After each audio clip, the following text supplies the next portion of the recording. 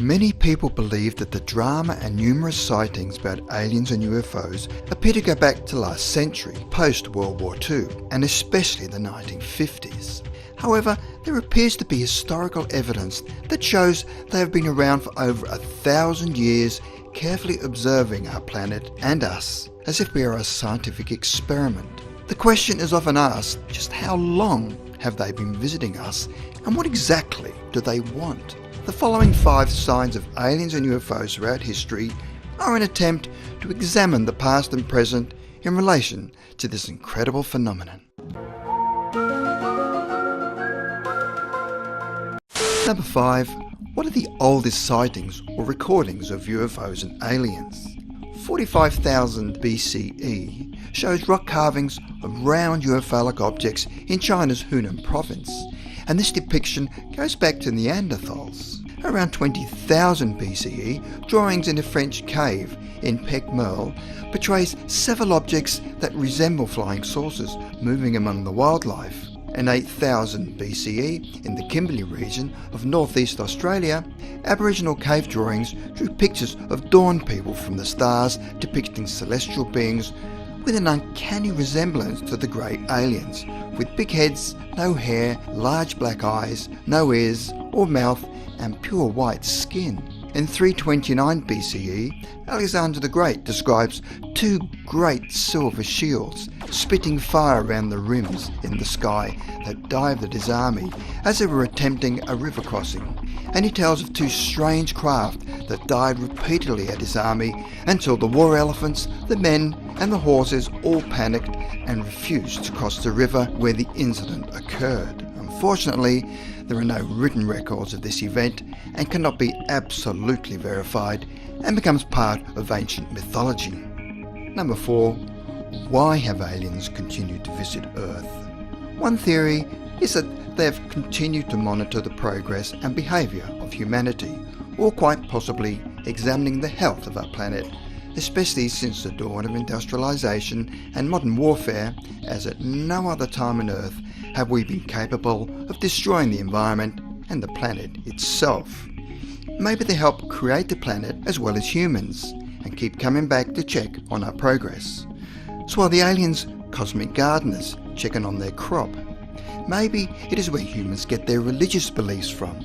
After numerous encounters with something much more advanced than ourselves, and in their primitive eyes, they were perceived as gods.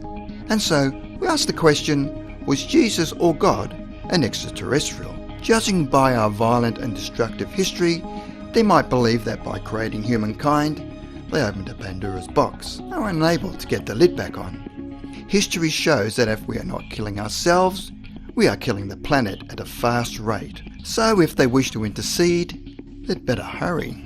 Number 3. Modern proof of UFOs. In the past, there have been many sightings, but with no recording technology, they were unable to capture their sighting. However, today, almost everybody has access to a camera, via their mobile phones, etc. So, with the advent of modern technology, there has never been a better period in history to record this phenomenon, having the availability to instantly record UFOs, and every day around the world, people are filming their sightings, and many putting them on YouTube. Of course, many of the photos that have been filmed have been proven not to be UFOs, and many of the images have quite clearly been photoshopped. However, there are still some incredible images that cannot be explained, as many of the film footage shows movements and speeds that far exceed what we are capable of building. Which brings us to the next question.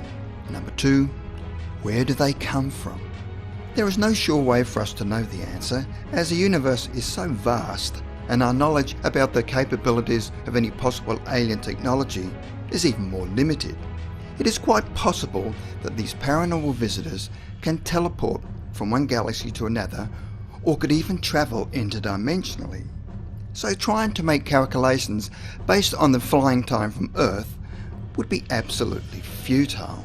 Maybe some historical references can throw some light on their possible origins, as in the following famous case of Betty and Barney Hill from New Hampshire, who were abducted by aliens in 1961 And shortly after the incident, Betty began writing down the details of her dreams, where she had a conversation with an alien leader, asking where it was from, and the alien pulled down an instructional map dotted with stars.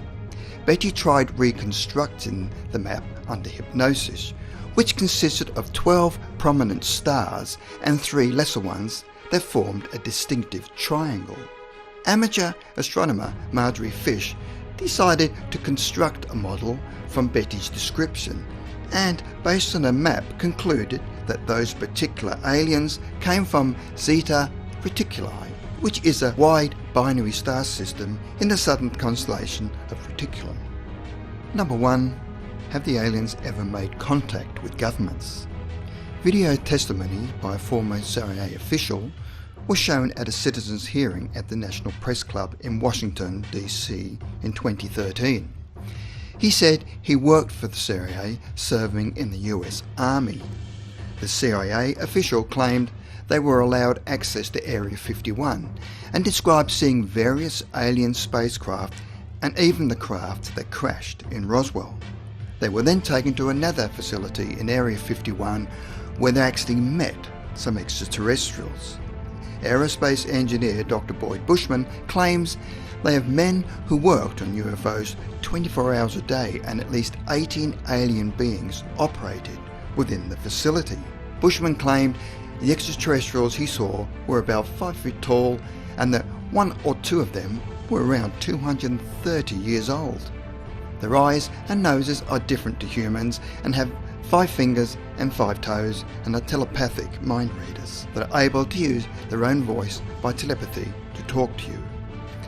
If this is the case, should governments disclose this information, or would admitting to the public that aliens do indeed exist cause a mass panic, as everything we believe in would be turned on its head? Maybe we're not ready to hear the truth.